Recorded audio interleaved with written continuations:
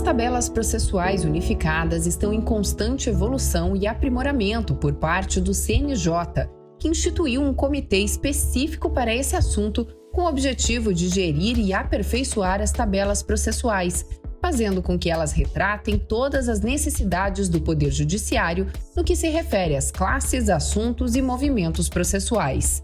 Até pouco tempo atrás, dentro da tabela de movimentos, existia o de número 10.966, mudança de classe processual, que era utilizado na movimentação dos processos sempre que era identificada a necessidade de mudar a classe de um processo, seja em virtude de retificação ou de evolução processual.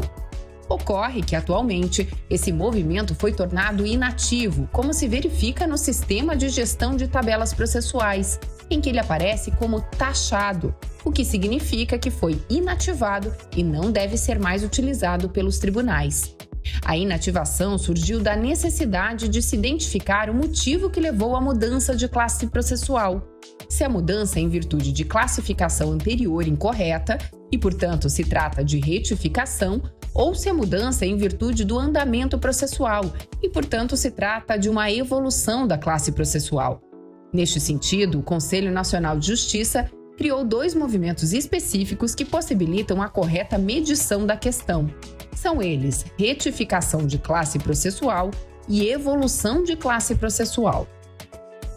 Como o próprio nome diz, movimento de retificação de classe processual retifica uma classe anteriormente lançada de maneira incorreta. Portanto, deve ser usado para os casos de registro errado de classe processual, não devendo ser usado para a evolução natural do processo.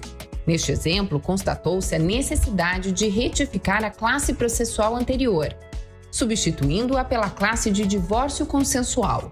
Note que na movimentação do processo, o registro de que a classe foi retificada fica expresso, bem como se tem o detalhamento da classe anterior e a classe correta após a retificação. Neste segundo exemplo, novamente visualizamos o movimento de retificação de classe processual, com o registro da classe substituída e da classe substituta. Já o movimento de evolução processual deve ser usado nas evoluções naturais de um processo judicial, por exemplo, no início da fase de cumprimento de sentença, sendo vedado seu uso para a retificação de classe erroneamente registrada. Como se observa no exemplo, o processo em questão recebeu movimento de evolução processual, pois a classe anterior de procedimento comum civil, em virtude do trâmite do processo, necessitou ser evoluída para a classe de cumprimento de sentença. Neste outro exemplo, o movimento de evolução processual é utilizado para marcar o momento em que o processo deixa de tratar de procedimento investigatório e passa a tratar de uma ação penal propriamente dita. O procedimento a ser adotado pelo usuário quando constatada a necessidade de retificação ou evolução da classe processual é basicamente o mesmo.